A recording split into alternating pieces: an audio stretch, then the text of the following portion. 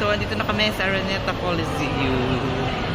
Hi guys! So, Araneta Coliseum para sa concert ni Darren Espanto with Tita Gray.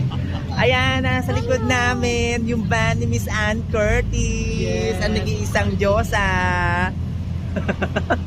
Ito lang yung nakayanan namin kasi from Quezon Province to Quezon City. One more! Okay, then. Hello, Doktora!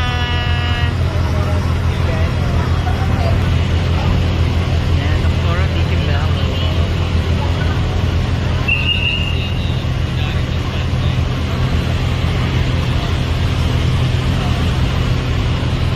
Si Kuya Arnold to. Dito nga talaga malakas.